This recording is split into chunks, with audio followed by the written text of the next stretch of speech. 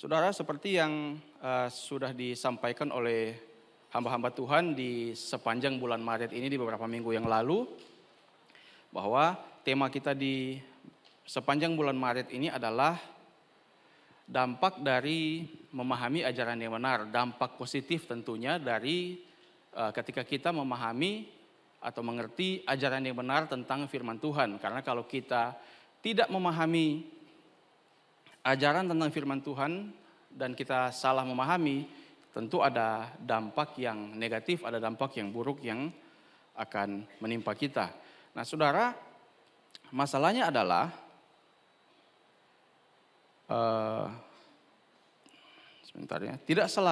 masalahnya adalah tidak selalu ajaran-ajaran yang menyimpang itu langsung belak-belakan menyerang doktrin primer kita. Jadi saya jelaskan dulu bahwa di dalam kekristenan ada doktrin primer, ada doktrin yang sekunder. Doktrin primer itu apa? Itu doktrin yang utama. Misalnya kalau saya sebut Allah Tritunggal, Bapa, Putra, dan Roh Kudus, itu doktrin utama kita. Jadi itu tidak boleh dilanggar sama sekali. Yesus Kristus adalah Allah, dia juga adalah manusia. Alkitab sepenuhnya firman Tuhan. Keselamatan hanya ada di dalam Kristus. Itu doktrin-doktrin utama, doktrin yang primer, yang semua gereja Kristen itu mengakui itu. Kalau ada yang tidak mengakui itu, maka kita bukan lagi tubuh Kristus. Tapi ada doktrin yang sekunder, itu bukan doktrin utama. Kita bisa berbeda dengan gereja-gereja yang lain. Misalnya kita di GBI, kita bisa berbeda dengan GKI dalam pandangan eskatologi, misalnya tentang kerajaan 1000 tahun. Saya tidak usah jelaskan itu. Tapi kita bisa berbeda dalam hal-hal yang seperti itu. Dan itu memang doktrin yang sekunder, bukan doktrin utama. Kenapa kita bisa berbeda? Karena keterbatasan kita manusia untuk memahami firman Tuhan sepenuhnya. Kita bisa berbeda dalam hal liturgi, dalam hal-hal yang lain yang tidak terlalu penting. Tapi ada doktrin yang primer tadi yang saya sebutkan, Allah Tritunggal, Yesus Kristus adalah Allah dan juga manusia, keselamatan hanya dalam Kristus, Alkitab sepenuhnya firman Tuhan, itu tidak akan pernah bisa dilanggar oleh semua gereja-gereja Kristen. Kalau melanggar itu, berarti itu sesat. Nah, masalahnya saudara, ajaran-ajaran yang menyimpang itu, kadang dia tidak langsung secara belak-belakan, secara frontal langsung bilang, oh Yesus itu bukan Tuhan. Kalau dia langsung bilang begitu, kita langsung tahu, oh ini ajaran sesat. Kalau dia langsung bilang, oh Alkitabmu itu bukan firman Tuhan, hanya ada firman Tuhan sedikit, tapi yang lain itu hanyalah dongeng-dongeng. Kalau dia langsung bilang begitu, kita langsung tahu, oh ini orang sedang mengajarkan kesesatan. Masalahnya, kadang-kadang ajaran yang menyimpang itu tidak begitu. Kenapa saudara? Karena barang palsu itu selalu dibuat menyerupai yang asli. Barang palsu itu selalu dibuat, kalau dia tidak mirip asli, ya orang langsung tahu.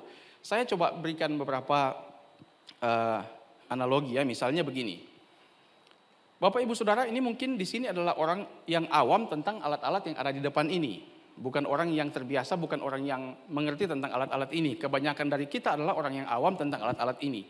Kalau saya tanya, mic yang saya pegang dan beberapa mic yang ada di panggung ini, coba tunjukkan kepada saya mana yang palsu, yang mana yang asli, coba. Pasti Bapak Ibu Saudara akan kesulitan untuk menunjukkan. Kenapa?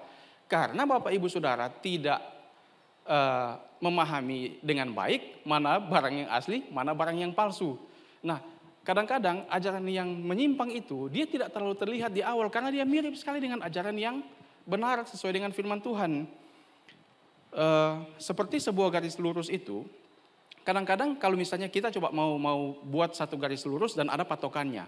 Kalau kita salah di awal itu tidak terlalu kelihatan salahnya. Nanti setelah garis itu ditarik terus baru kelihatan semakin hari semakin bengkok. Nah, ajaran-ajaran yang menyimpang itu biasanya begitu. Di awal tidak terlalu terlihat, main halus dia. Tapi perlahan-lahan baru terlihat penyimpangannya di mana. Nah, saudara, hari ini kita akan belajar firman Tuhan bersama-sama dari apa yang Rasul Paulus ajarkan ketika dia juga menghadapi guru-guru palsu ini yang mengajarkan ajaran yang menyimpang di jemaat di Kolose. Jadi mereka juga tidak langsung secara frontal menentang apa yang diajarkan oleh Rasul Paulus. Tapi Rasul Paulus dengan jeli melihat bahwa mereka sudah mengajarkan ajaran yang salah. Dan dia cepat-cepat mengcounter itu. Sehingga tidak terjadi kesesatan di jemaat di Kolose. Mari kita buka bersama-sama. Kolose pasal 2. Kolose pasal 2 ayat 6 sampai ayat yang ke-15. Kita akan baca bagian ini bergantian. Saya dengan yang kaum pria membaca ayat 6. Lalu yang kaum wanita membaca ayat yang ke-7, kita bergantian sampai ayat yang ke-15. 1, 2, 3. Kamu telah menerima Kristus Yesus Tuhan kita. Karena itu, hendaklah hidupmu tetap di dalam Dia.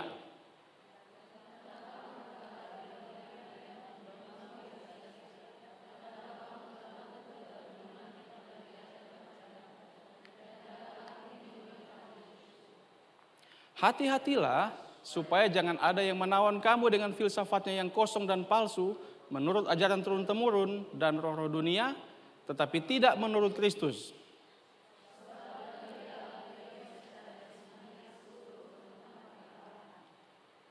Dan kamu telah dipenuhi di dalam Dia. Dialah kepala semua pemerintah dan penguasa.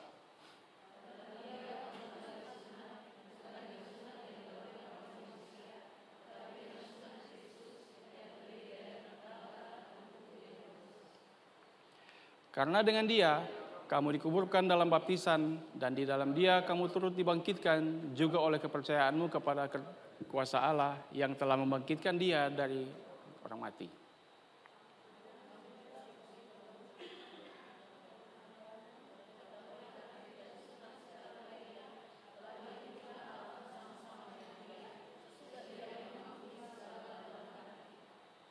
Dengan menghapuskan surat hutang yang oleh ketentuan-ketentuan hukum mendakwa dan mengancam kita, dan itu ditiadakannya dengan memakukannya pada kayu salib.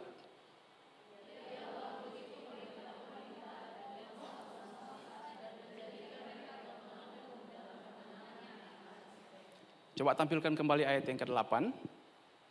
Ayat yang ke-8.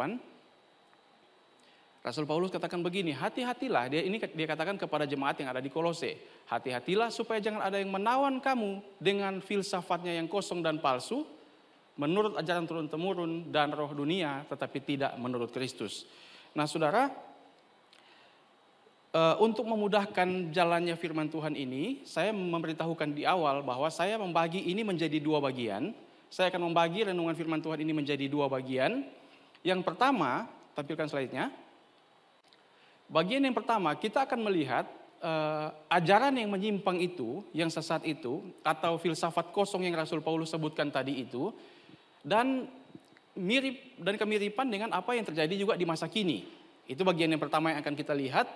Lalu bagian yang kedua, kita akan melihat apa dampaknya ketika kita bisa membedakan yang mana yang salah, yang mana yang benar. Sekali lagi saya ulangi, ini hanya akan dibagi menjadi 2 bagian, bagian A dan bagian B, supaya saudara mengerti jalannya alur pemikiran dari khotbah ini.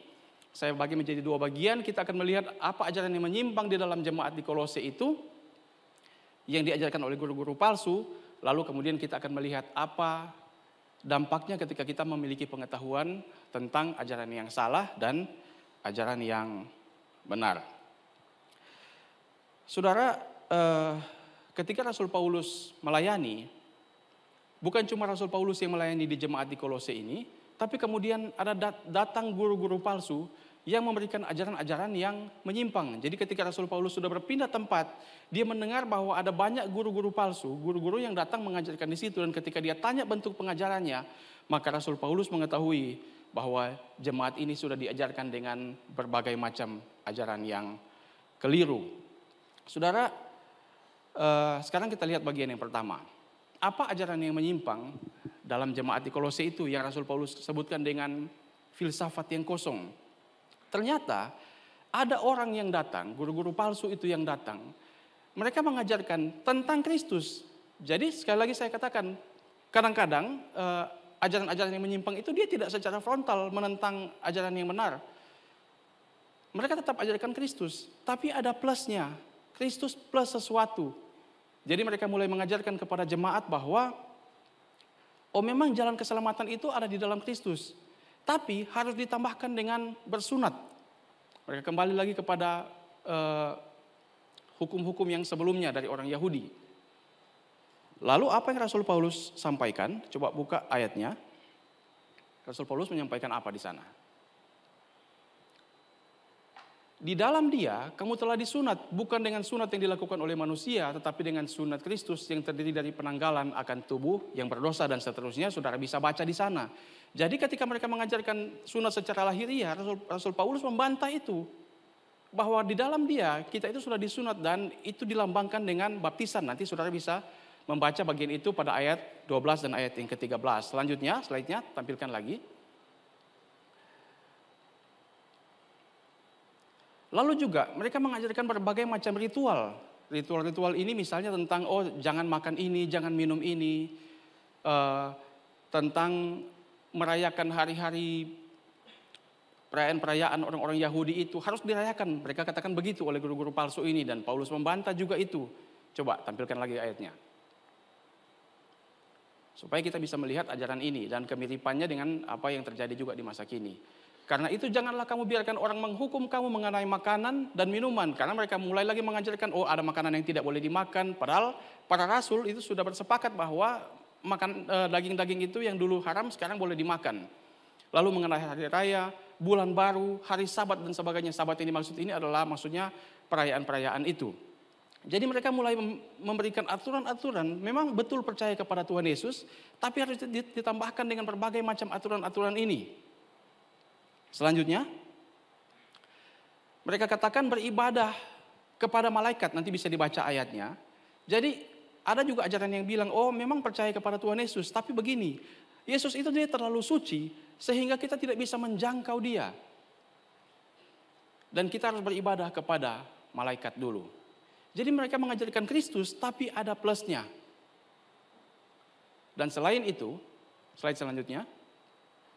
Selain itu, mereka juga mengajarkan Injil. Injil ini dalam arti kabar baik yang diajarkan oleh para rasul tentang kematian Tuhan Yesus menyelamatkan saya dan saudara.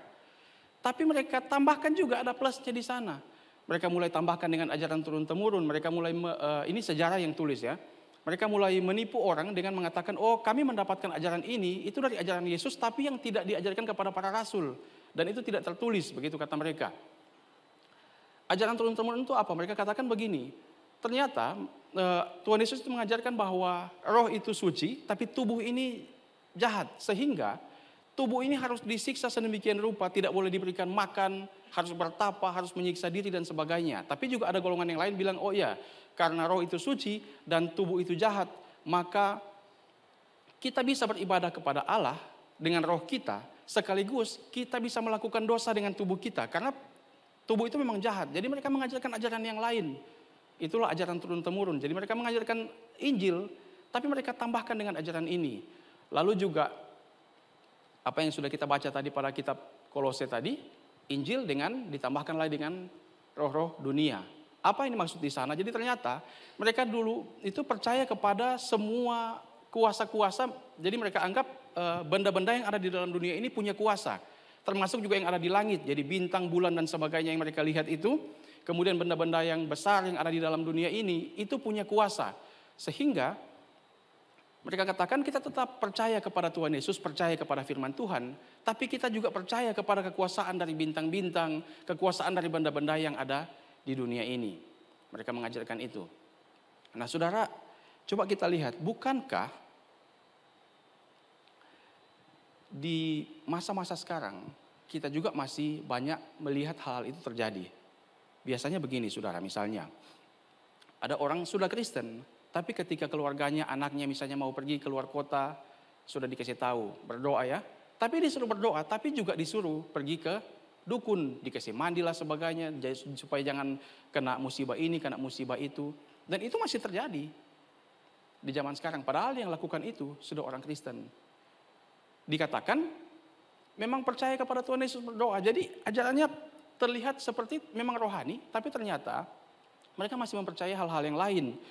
Ada lagi orang yang masih takut dengan pamali dan sebagainya. Di sini juga kan ada misalnya. Kita bukan tidak menghargai ajaran tradisi turun-temurun. Kita menghargai itu ajaran tradisi turun-temurun, tapi kalau itu dilakukan oleh orang Kristen itu tidak boleh dilakukan. Misalnya, kalau orang sudah mau pergi jangan ditahan untuk makan. Nanti mau kenapa-kenapa di jalan. Nah, sekali lagi saya katakan kita menghargai budaya seperti itu, kita menghargai, tapi kalau kita sudah Kristen kita tidak perlu lagi mempercayai hal-hal seperti itu. Tidak perlu juga berdebat dengan orang dengan hal-hal seperti itu. Tapi kalau kita sudah percaya kepada Tuhan Yesus, kita tidak boleh lagi melakukan itu. Misalnya, lewat di tempat-tempat yang keramat, di jembatan sana. Orang Kristen juga masih lewat, masih baklakson juga. Kan begitu. Nah seharusnya sebagai orang-orang yang sudah percaya kepada Tuhan Yesus, kita tidak perlu tunduk pada roh dunia seperti itu. Lewat-lewat saja, tidak perlu klakson, tapi tidak perlu juga sok-sok turun, oh di sini keramat saya kencingi kalau begitu. Ya jangan begitu juga, tidak perlu begitu, tidak perlu sok-sokan, tapi jangan lagi klakson. Kalau misalnya di kami yang keturunan Chinese, itu ada yang biasanya paling ditakutkan, yang saya tahu waktu saya kecil itu saya tahu, keluarga kami itu dan umumnya orang-orang Chinese itu, koreksi kalau saya salah kok. Biasanya kami itu paling takut, maksudnya bukan kami, tapi orang-orang yang ya, di atas saya, orang tua saya, oma saya, mereka agak takut dengan yang namanya kedukaan, begitu. Jadi kalau ada orang baru pulang dari kedukaan dan mereka paling marah sekali kalau singgah di rumah, begitu. Begitu kok ya. Mereka marah sekali kalau orang pulang dari kedukaan singgah di rumah karena dianggap sial-sial dari kedukaan itu mau dibawa ke rumah. Kan Alkitab tidak mengajarkan itu. Tapi kadang-kadang memang susah membuang ajaran turun-temurun itu karena sudah diajarkan oleh oma, diajarkan oleh orang-orang tua.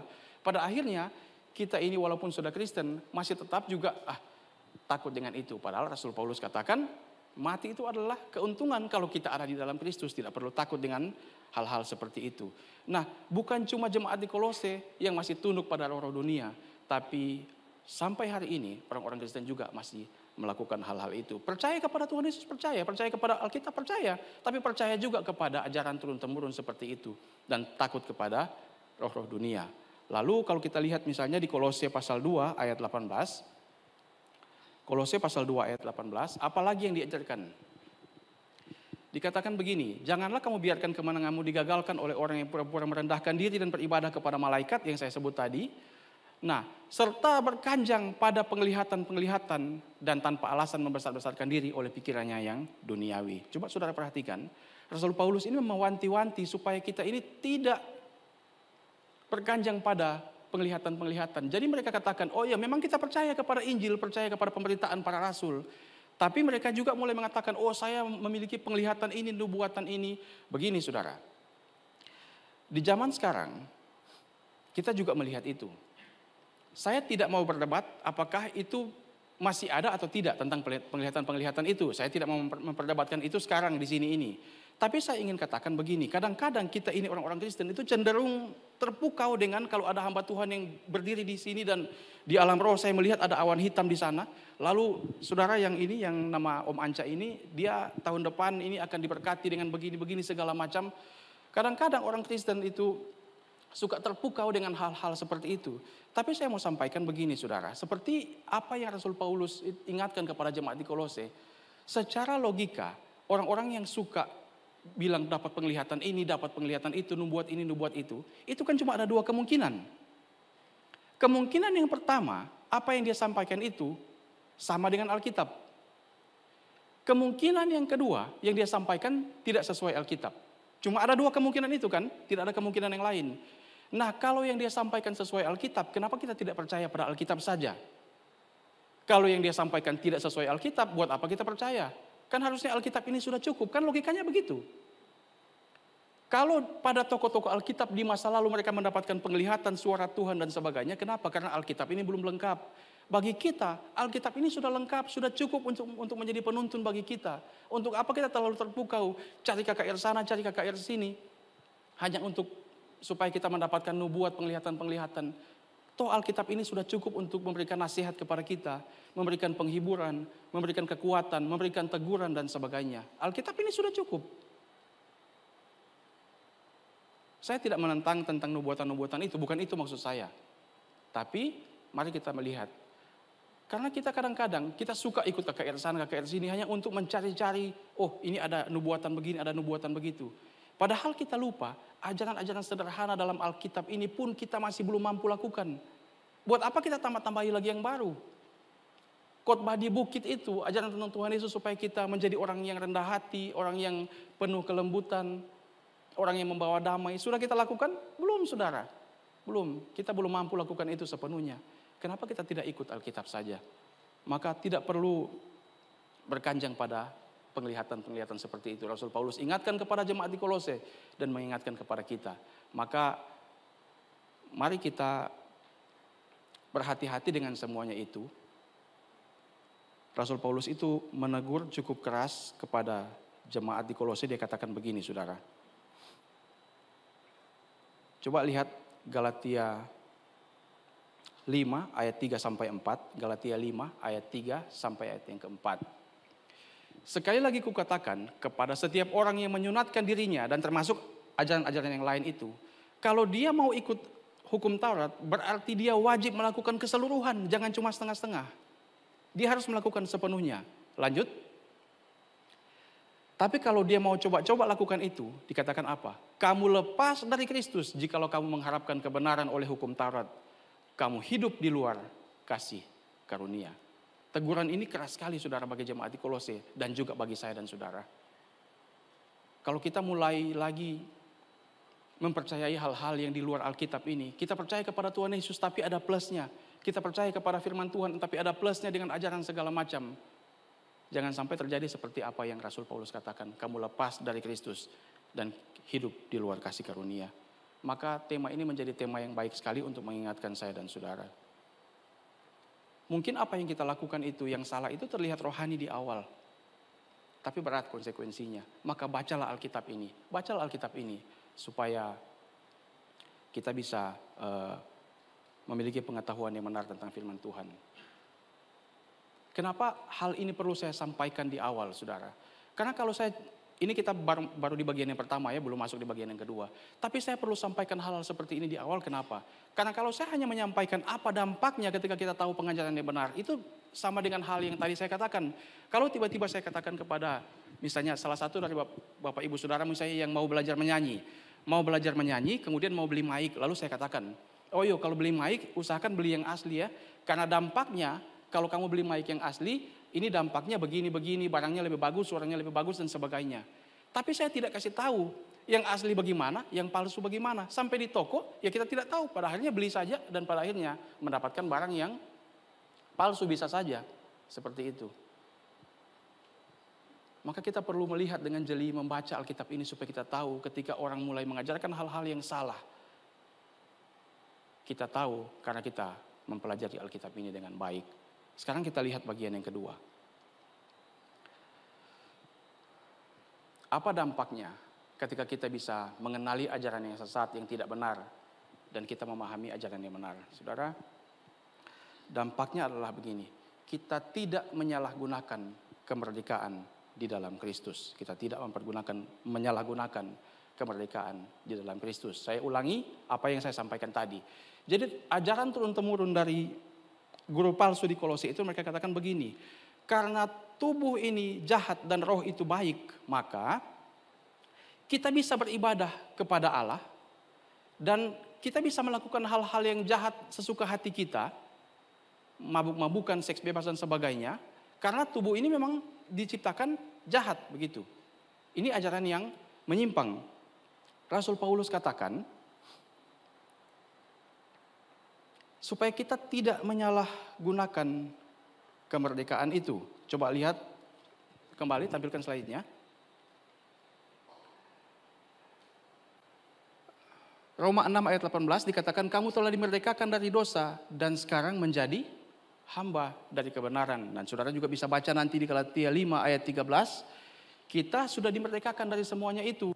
Jadi kita ini saudara dimerdekakan dari dosa tapi bukan untuk berbuat dosa. Maka kalau saudara membaca lagi di Kolose pasal 3, dikatakan matikanlah segala sesuatu yang duniawi.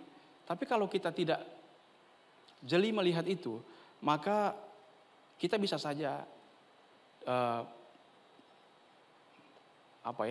terjebak dengan ajaran yang salah itu. Karena kenapa? Sekarang juga ada banyak ajaran yang bilang begini. Karena Kristus itu sudah berkorban untuk kita. Kita sudah selamat, maka kita boleh berbuat apa saja. Tapi Rasul Paulus mengingatkan dengan keras di Kolose pasal 3 supaya kita mematikan semua yang duniawi. Tampilkan slide-nya saudara. Bahwa mari kita mengerti ini saudara. Pengorbanan Kristus yang memerdekakan itu bukan membebaskan kita tanpa tujuan. Bukan yang tadinya kita ini berbuat dosa, lalu kemudian Tuhan Yesus tebus kita dari dosa, lalu kita bebas berbuat apa saja, bukan. tetapi supaya kita menjadi manusia baru yang menghamba pada kebenaran. Jadi kita ini berganti Tuhan yang dulunya sebelum percaya kepada Tuhan Yesus, Tuhan kita itu adalah dosa. Sekarang kita menghamba kepada Kristus, menghamba pada kebenaran. Kalau kita mengerti ajaran yang benar, maka kita tidak akan menyalahgunakan kemerdekaan itu. Orang-orang di Kolose hampir saja mereka menyalahgunakan kemerdekaan itu. Ada yang ajarkan, oh karena kita sudah merdeka, maka kita boleh melakukan dosa apa saja. Karena kita sudah merdeka, maka silakan berbuat dosa. Toh Tuhan Yesus sudah selamatkan kita. Tapi sekali lagi Alkitab tidak mengajarkan itu. Bagian yang kedua, saudara.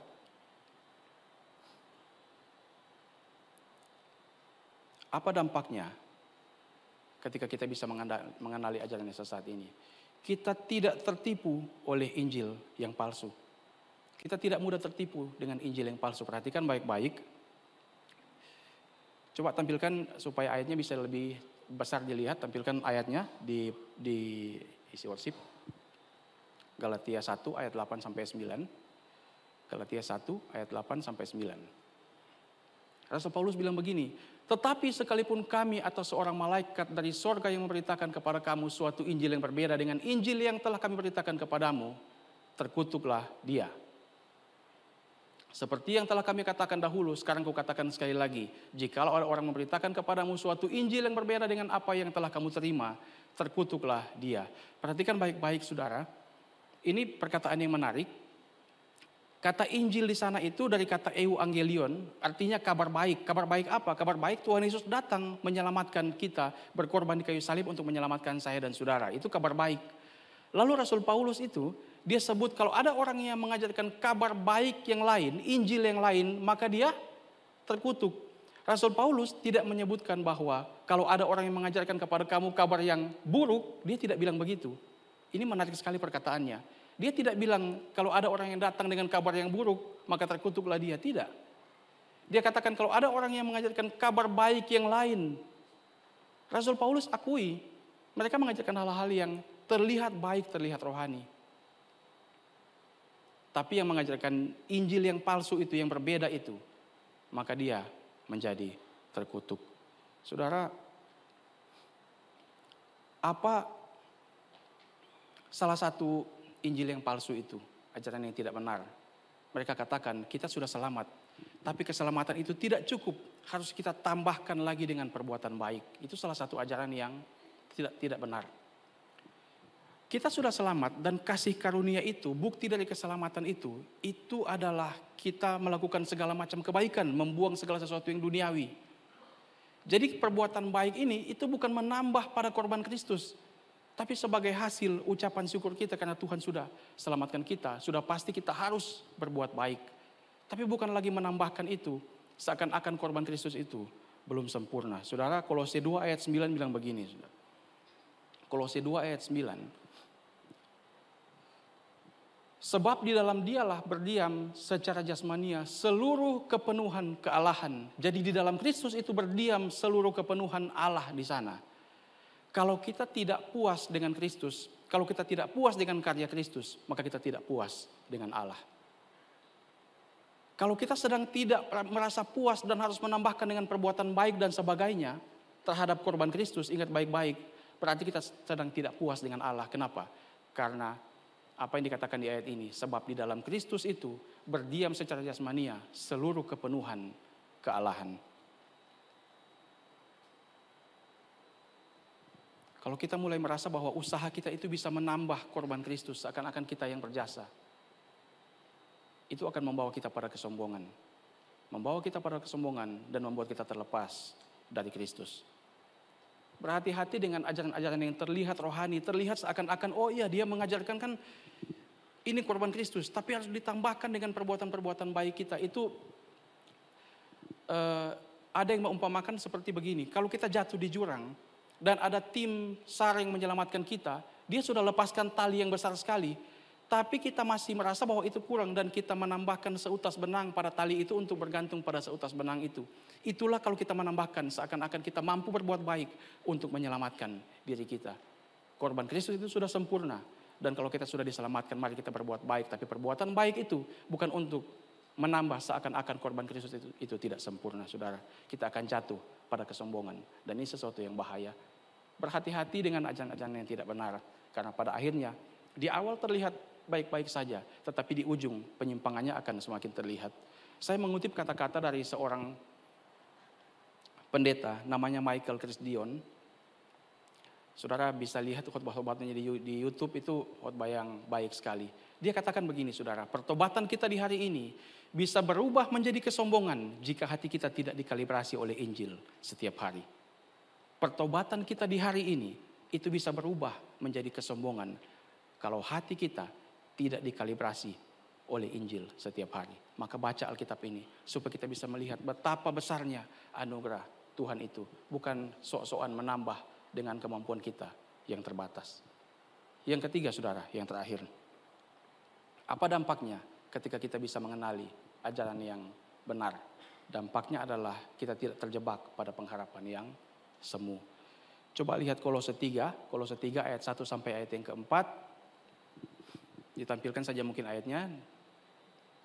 Dikatakan begini, karena itu kalau kamu dibangkitkan bersama dengan Kristus, carilah perkara yang di atas di mana Kristus ada, duduk di sebelah kanan Allah. Pikirkanlah perkara yang di atas, bukan yang di bumi. Sebab kamu telah mati dan hidupmu tersembunyi bersama dengan Kristus di dalam Allah. Apabila Kristus yang adalah hidup kita menyatakan diri kelak, kamu pun akan menyatakan diri bersama dengan Dia dalam kemuliaannya. Tampilkan ayat yang kedua tadi. Dikatakan apa? Pikirkanlah perkara yang di atas, bukan yang di bumi. Saudara, kalau kita tahu ajaran yang benar, maka kita tidak mudah terjebak pada pengharapan-pengharapan yang semu. Saya jelaskan pelan-pelan, saudara. Saya katakan di atas tadi, sebelumnya, di slide yang di atas maksudnya, bahwa ajaran-ajaran yang menyimpang itu terlihat rohani, tapi perlahan-lahan dia membawa orang menjauh dari Kristus. Maka Rasul Paulus katakan, kita bisa terlepas dari Kristus kalau kita tidak mengikuti ajaran yang benar.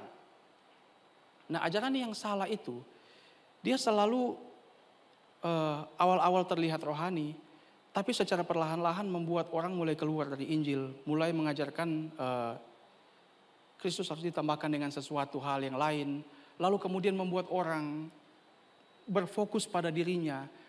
Itu misalnya teologi yang mengajarkan bahwa kalau percaya Tuhan Yesus maka tidak sakit. Kalau percaya Tuhan Yesus pasti kita jadi orang kaya dan sebagainya. Itu berawal dari apa? Berawal dari penafsiran yang salah tentang Injil. Tapi Rasul Paulus ingatkan kepada kita, kalau kita belajar firman Tuhan dengan benar, maka kita tidak akan berfokus pada diri sendiri, tidak akan berfokus pada hal-hal yang jasmani seperti itu. Kita akan berfokus pada Kristus. Kita tidak terjebak dengan pengharapan yang semu seperti itu. Saudara, saya mau bilang begini, bahwa tidak ada janji di Alkitab bahwa kita sebagai orang-orang percaya itu tidak sakit, tidak mengalami pergumulan, tidak mengalami kesusahan, tidak mengalami kekurangan. Tidak ada janji seperti itu. Yang berjanji seperti itu ajaran yang salah. Mereka mengajarkan sebuah pengharapan yang semu, yang sifatnya hanya sementara. Janji di dalam Alkitab ini, sekalipun kita ada penderitaan, sekalipun ada masalah, sekalipun ada sakit, sekalipun ada berbagai macam kesulitan dalam hidup kita, tapi ada janji tentang kehidupan yang kekal. Kalau kita percaya kepada Alkitab, maka kita tidak mudah terjebak dengan pengharapan-pengharapan yang semu, yang hanya menjanjikan hal-hal yang sifatnya lahiriah dalam hidup kita. Kalau kita melihat Injil ini dalam sudut pandang yang benar, maka kita akan melihat bahwa sekalipun ada masalah pergumulan, tapi Tuhan berjanji, Dia tetap akan menyertai kita dan memberikan kehidupan yang kekal. Kita akan memandang itu dari sudut pandang kekekalan, bukan hanya hal-hal yang semu. Saudara, sehebat-hebatnya kita, serohaninya kita sebagai orang percaya, kita tidak terlepas dari masalah. Tapi ajaran yang benar itu membuat kita tidak terjebak pada pengharapan yang sifatnya sementara saja. Dalam segala masalah, kita tidak akan terpuruk karena kita memandang kepada korban Kristus. Bahkan ketika kita mati pun, Tuhan sudah menjamin keselamatan kita. Itulah pengharapan yang sejati. Tampilkan slide-nya, saudara. Pengajaran yang benar itu selalu mengarahkan kita untuk berfokus pada Kristus serta memandang segala sesuatu dari perspektif kekekalan. Bukan hanya berfokus pada diri sendiri, hal-hal yang jasmani, berfokus pada dunia. yang sifatnya sementara. Saudara, sebagai kesimpulan saya ingin sampaikan begini, mengapa penting kita membaca firman Tuhan dengan serius, belajar firman Tuhan dengan serius. Kenapa? Karena ajaran yang tidak benar itu, ajaran yang menyimpang itu, dia perlahan-lahan mulai menjauhkan kita dari Kristus. Perlahan-lahan mengikis akar iman kita, sehingga kita tidak bisa bertumbuh dan kita tidak bisa berbuah. Perlahan-lahan kita menjauh dari Kristus. Coba lihat, saya kalau tidak etis menyebutkan nama orang yang seperti itu ya. Tapi kita bisa melihat ada hamba-hamba Tuhan yang dulunya dia begitu baik mengajarkan Alkitab. Tapi karena dia terjebak pada kesalahan penafsiran, perlahan-lahan dia tidak lagi percaya kepada Tuhan Yesus. Perlahan-lahan dia tidak lagi percaya bahwa Tuhan Yesus adalah Allah yang sejati. Perlahan-lahan dia mulai lagi tidak percaya kepada Tuhan Yesus sebagai juru selamat. Apakah dari awal dia langsung salah? Tidak. Kesalahan itu pelan-pelan tidak terlihat di awal. Tapi semakin hari semakin terlihat kesalahannya. Mari kita berdoa supaya Tuhan selalu, Roh Kudus selalu menjaga kita. Ketika kita baca firman Tuhan ini, kita bisa mengerti dengan benar supaya kita tidak terjatuh di dalam kesesatan. Itu dampaknya bagi kita.